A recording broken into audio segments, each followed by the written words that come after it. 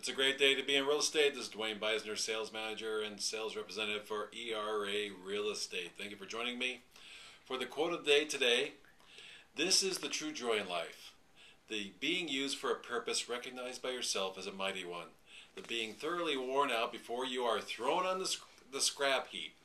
The being a force of nature instead of a feverish, selfish little clod of ailments and grievances, complaining that the world will not devote itself to making you happy, by George Bernard Shaw. I thought that one was interesting. Joke of the day, Duane's joke of the day. Martin had just received his brand new driver's license. The family troops out to the driveway and climbs in the car where he's going to take them for a ride for the first time. Dad immediately heads for the back seat directly behind the newly minted driver. I'll bet you're back there to get a change of scenery after all those months of sitting in the front passenger seat teaching me how to drive, says the beaming boy to his father. Nope, comes the dad's reply. I'm going to sit here and kick the back of your seat as you drive, just like you did all those years when I was driving and you were a kid. Now, for the business tip of the day, all the fame and fortune in the world does not amount to a hill of beans without good health. Take time to take care for the most important person in the world, which is you. Think about that. And for the social commentary, I saw a thing that I thought was interesting in our society today. Complainless as a word. It's an adjective, the definition to be free of complaints. Number two, a pleasure to be around.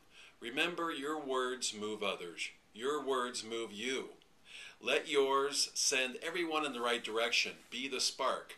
To be complainless, number one, be aware. Recognize your typical paths to complaining. What or who sparks your tendency to gripe. Minimize your exposure to them.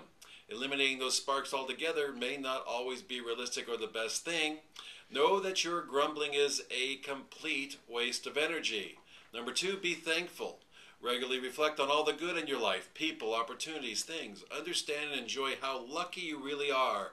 Be entitled to nothing. Number three, pause before you begin. Clip a complaint as you feel it coming. Put a smile or a thoughtful statement in its path. Blame no one, blame nothing. And here's a big one for our society. Be accountable. Focus on solving problems rather than having them. Set the example for others and recommit when you slip. Care for yourself and create a positive habit. That's simple. More enjoyable for everyone. Let's lead by example, okay? Basically, if you like this idea, encourage someone else to use it, talk about it, tweet it, post it on Facebook, whatever you want to do with that. Now, for Duane's Real Estate News, I thought this was interesting. It's going to be a two-part series. I'm going to do part one today. Real estate disclosures. Sellers, if you don't tell the buyer everything, your neighbor will. Most lawsuits and real estate transactions are the result of buyers feeling that the seller did not tell them all that they knew about the home before they bought it. Most home sellers have no idea how easy it is to land in court with their new buyer. A few steps outlined here can help if followed properly. When selling a home by law, the home sellers have a very serious obligation of disclosing in writing to the home buyer any and all defects that they know about the property. Buyers look at a problem that was hidden from them as cheating them. Once they get legal counsel, the nightmare begins. Not only does the seller get sued most of the time, everybody that was involved in the transaction gets named as co-conspirators. In court, the attorneys for the buyer will paint the picture of the seller and his agent and the home inspector and everybody else getting together and plotting their strategy to hide problems with the house from the buyer. They will use ugly words like deceit, misrepresentation, fraud, and other words to describe what you did or did not write on your disclosures. The new buyers will swear that they would not have bought the home had they known the many defects that it had. Your realtor will provide you with the right forms, but it is up to you to fill them out completely, truthfully, and seriously. If you want to keep your money and stay out of court, follow these simple steps with care. First step, spend time looking over the real estate transfer disclosure statements and make sure you understand every question before you answer it. The questions in those forms are geared toward making sure that you don't miss anything important. Keep in mind that there will be a lot of people reading what you wrote, the home buyers, the realtors, attorneys, even the judge, should you happen to end up in court. The second point, make sure you use the most updated forms available for these disclosures. There are changes to these documents almost every year.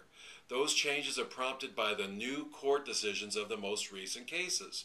There are thousands of dollars awarded to injured parties and their attorneys every year because these disclosures were not filled out properly.